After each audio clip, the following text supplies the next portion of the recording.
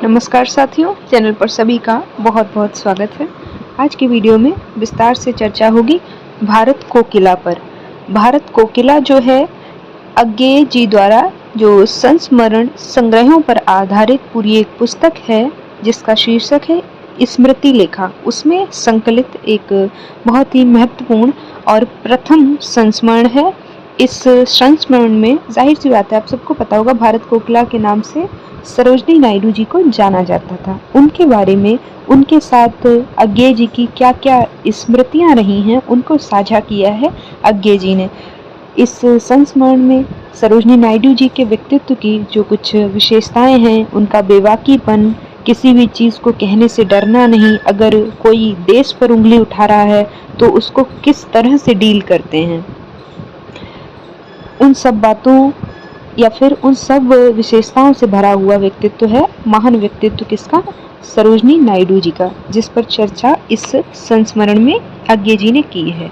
तो BA Hindi honours के 6th semester यानी 3rd ईयर के स्टूडेंट्स के सिलेबस में, कथेतर गद्य साहित्य के सिलेबस में दिल्ली विश्वविद्यालय में एक ये टॉपिक है जिसमें से 4 संस्मरण आपको पढ़ने हैं। सबसे पहला है भारत कोकिला, दूसरा है एक भारतीय आत्मा जो कि माखनलाल चतुर्वेदी जी पर आधारित है, तीसरा है मुंशी प्रेमचंद जी पर आधारित उपन्यास सम्राट, और वहीं चौथा है दद्दा यानी कि मैथिली शरण गुप्त जी पर आधारित एक संस्मरण, जिनमें से लगभग 3 पर बात हो गई है, या फिर अगर जिन पर बात नहीं हुई है उन पर आगे चर्चा कर ली जाएगी। वैसे तो आपको सभी वीडियोस आप अगर जाके चैनल पे चेक करेंगे तो आपको एक सेपरेट प्लेलिस्ट मिल जाएगी जिसमें आपको आपके सिलेबस से रिलेटेड सारे वीडियोस इजीली आप वहां से ढूंढ सकते हैं। बाकी आज बात होगी भारत कोकिला पर। नमस्कार, फिर से एक बार, मेरा नाम अमृता चौहान है और मेरे चैनल पर आप सभी का बहुत बहुत स्वागत है। आज का विषय है भारत कोकिला। ये जो संस्मरण संग्रह है अज्ञेय जी द्वारा लिखा गया जिसका शीर्षक है स्मृति लेखा। अब सीधे टॉपिक पर आते हैं, विस्तृत समीक्षा इसकी करते हैं। सबसे पहले बात आएगी थोड़ी सी इसकी जो प्रस्तावना या परिचय है, ताकि एक भूमिका बन जाए। जब आप प्रश्न का उत्तर लिखेंगे तो आपको इस तरह से ही उत्तर लिखने चाहिए।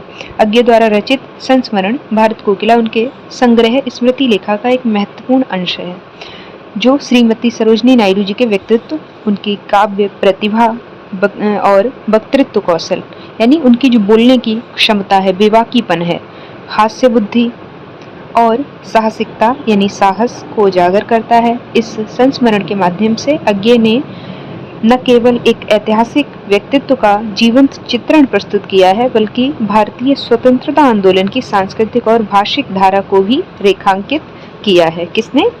सच्चिदानंद हीरानंद बादशायन अज्ञेय ने।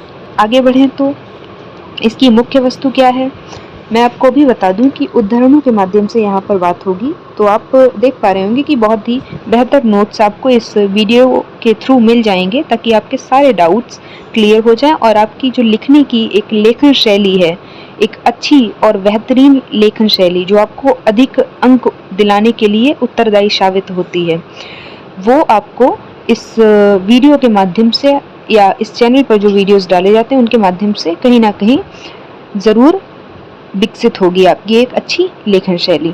मुख्य विषय वस्तु पर बात करें तो केवल कवित्री नहीं है लेखिका, यानी कि जो भारत कोकिला है वे केवल कवित्री नहीं है या फिर वे केवल राजनीतिज्ञ भी नहीं है, उनके भीतर दोनों का समाहार है। आगे स्पष्ट करते हैं कि भारत कोकिला या नाइटिंगेल ऑफ इंडिया, जिन्हें नाइटिंगेल ऑफ इंडिया भी बोला जाता है, या फिर इनका एक और अन्य जो उपनाम है वो है बुलबुल ए हिंद यानी हिंदुस्तान की बुलबुल, की उपाधि सरोजनी नायडू को केवल उनकी अंग्रेजी कविता के कारण नहीं मिली, बल्कि उनके स्वर की संगीतात्मकता यानी स्वर में जो संगीतात्मकता थी, स्वर जो उनका था औरों से अलग था, उसमें एक लय थी, एक ताल था, एक सुर था, भाषिक सौंदर्य और वक्तृत्व की शक्ति के कारण यह उपाधि उन्हें मिली थी, या फिर कह लीजिए यह उपाधि सार्थक सिद्ध हुई थी। उद्धरण आया है इस संस्मरण के अंतर्गत ही कि मेरी आवाज़ भारत की लाख लाख जनता तक किसी यंत्र के सहारे के बिना ही पहुंचेगी। यंत्र के सहारे से यहाँ क्या तात्पर्य है? जो माइक के सहारे इन्हें स्पीच देनी थी, भाषण देना था, लेकिन जो बुलबुल हिंद हैं वो कहती हैं कि मेरी आवाज़ भारत की लाख लाख जनता तक बिना किसी यंत्र के सहारे, यानी यंत्र से यहाँ तात्पर्य है बिना किसी बनावटीपन के, बिल्कुल नैसर्गिकता के साथ, प्राकृतिक अनुभूति के साथ में, जिससे कि भावात्मक जुड़ाव हो सके। समझ रहे हैं आप? ये बात कौन कहता है? भारत कोकिला यानी कि सरोजनी नायडू कहती हैं, जिसको अज्ञे जी इस संस्मरण में उद्धृत करते हैं। यह वाक्य उनके आत्मविश्वास और स्वाभाविक प्रभावशाली शैली को दर्शाता है। वे तकनीकी साधनों को भी यहाँ पर चुनौती देते हुए नजर आ रही हैं। आगे बढ़ें तो दूसरा पॉइंट आता है व्यक्तित्व की विशेषताएं। किसके व्यक्तित्व की विशेषताएं? जाहिर सी बात है जिस पर ये संस्मरण आधारित है, यानी कि सरोजनी नायडू जी के व्यक्तित्व की विशेषताएं। पहला पॉइंट बनता है इसके अंतर्गत विनोद प्रियता और हाजिर जवाबी। यानी सरोजनी नायडू जी जो हैं विनोदी स्वभाव है उनका, जैसे हंसी मजाक वो करती रहती हैं, लेकिन हंसी मजाक उनका किसी को ठेस पहुंचाने वाला कतई नहीं होता है। अब हाजिर जवाबी से यहाँ पर क्या तात्पर्य है?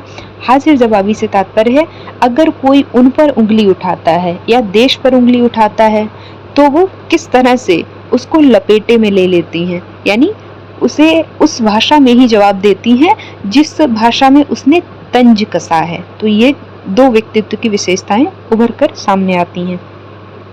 उदाहरण आया है इसके संदर्भ में कि लंदन में गोलमेज सम्मेलन के दौरान जब एक लड़का गांधी जी को देखकर कहता है इजंट ही फनी, तो फिर वो क्या कहती हैं? अब अंग्रेजी में अगर किसी ने तंज कसा है, टिप्पणी की है, तो भारत कोकिला यानी कि सरोजनी नायडू अंग्रेजी में ही उसको जवाब पलटकर देती हैं।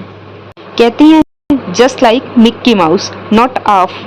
अब यह उत्तर मजाकिया भी था और तीखा भी। तीखा कह लीजिए, तीखा से यहाँ तात्पर्य है उल्टा यहाँ पर जवाब भी दे दिया, इसीलिए हाजिर जवाबी व्यक्तित्व है किसका? सरोजनी नायडू जी का। दूसरा पॉइंट बनता है इसके अंतर्गत विपरीत परिस्थितियों में नियंत्रण।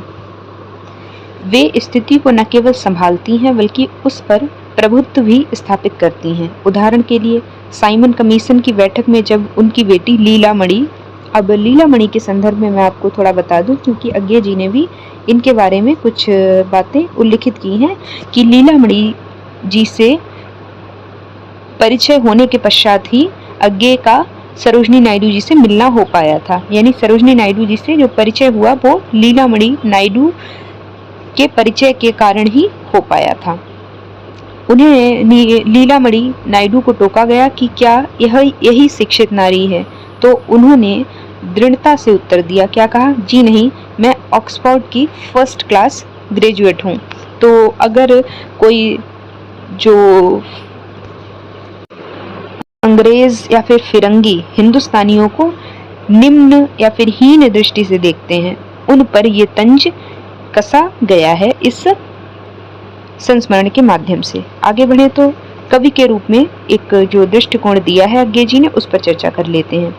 सरोजनी नायडू जी के व्यक्तित्व के संदर्भ में, क्योंकि सरोजनी नायडू जी एक राजनेता तो थी ही, एक सोशल एक्टिविस्ट तो थी ही, साथ ही साथ कुछ लेखन कार्य भी वो करती थी अंग्रेजी में। तो उस रूप में उनका क्या महत्व था ये आपको इस संस्मरण को पढ़कर पता चलेगा। तो सरोजनी की अंग्रेजी कविताओं में आरंभिक रूप से विदेशी संस्कार होते हुए भी बाद में उन्होंने उसमें भारतीयता का आत्मसात किया, जो कि एक सच्चे देशभक्त होने की निशानी है। उदाहरण आया है एक अंग्रेज आलोचक के प्रश्न पर उन्होंने भारतीय बिंबों और भावों का प्रयोग आरंभ कर दिया, जिससे उनकी काव्य दृष्टि अधिक गहरी और राष्ट्रीयता से भरी दिखाई दी। आगे बढ़े तो एक व्यक्तिगत प्रसंग सराहना और आलोचना के संदर्भ में भी आया है। अज्ञे स्वयं एक पत्रकार और कवि थे। जब अज्ञे उनसे व्यक्तिगत रूप से मिलते हैं तब जो प्रसंग आया है उस संदर्भ में उस पर क्या लिखा गया आप इसको समझिए।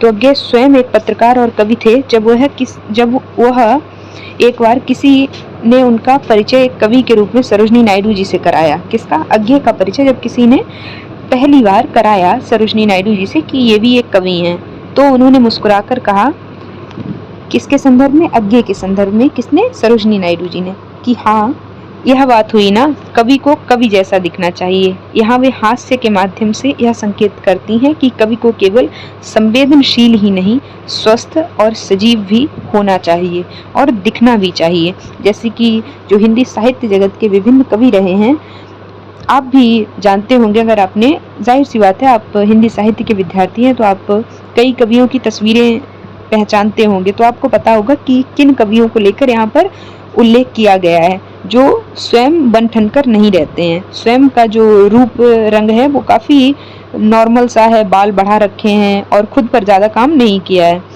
बल्कि अपने लेखन कार्य पर ही पूर्ण रूप से समर्पित रहे हैं जीवन पर्यंत तक। तो उन्हीं पर कहीं ना कहीं एक टिप्पणी यहाँ पर की गई है कि कवि को लेखन के साथ साथ में खुद पर भी थोड़ा बहुत काम करना चाहिए, स्वयं पर भी, या फिर कह लीजिए थोड़ा सजग रहना चाहिए स्वयं के लिए भी।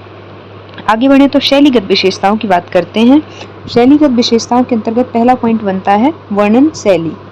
संस्मरण जो है कथात्मक है, एक कथा पूरे उसमें चलती रहती है, जिससे कि आपको अंतर करना थोड़ा सा मुश्किल लगेगा कि ये कथा है या फिर संस्मरण है, क्योंकि आप बहुत ही आसान भाषा में चीज़ों को अंत तक समझते चलते हैं और एक रोचकता पाठक के मन में बनी रहती है, जिससे वो अंत तक जुड़ा रहता है। सहज और दृश्यात्मक भी है वर्णन शैली। दूसरा पॉइंट आता है भाषा का प्रभाव। हिंदी, अंग्रेजी और उर्दू के प्रयोग से यह संस्मरण बहुभाषी चेतना को दर्शाता है। अगला पॉइंट आता है संवेदना और विट। अज्ञेय की लेखनी न केवल सरोजनी नायडू की प्रशंसा करती है, बल्कि उनके दोषों और विरोधाभासों को भी मानवीय संवेदना के साथ में प्रस्तुत करती है, जो कि एक सच्चे लेखक होने का यहाँ पर जिम्मेदारी या अधिकार, या फिर सच्चे लेखक होने की जो वृत्ति या प्रवृत्ति होती है, वो यहाँ पर रिप्रेजेंट हो रही है, या फिर कह लीजिए यहाँ पर उल्लिखित हो रही है, या फिर दिखाई दे रही है। आगे बढ़ें तो निष्कर्ष पर बात कर लेते हैं। क्योंकि बहुत ही छोटा संस्मरण ये है, 2-2.5 पेजेस का, तो इस पे ज़्यादा बड़ा कुछ तैयार भी नहीं किया जा सकता है। निष्कर्ष पर बात करें तो भारत कोकिला केवल एक कवित्री नहीं थी, बल्कि वे भारतीय स्वतंत्रता संग्राम की आवाज़, शक्ति, बुद्धि और सौंदर्य की प्रतीक थी। अज्ञेय का यह संस्मरण एक ऐतिहासिक दस्तावेज के साथ साथ एक जीवंत चरित्र चित्रण भी है, जो पाठक को सरोजनी नायडू जी के तेजस्वी और हंसमुख व्यक्तित्व से परिचित कराता है।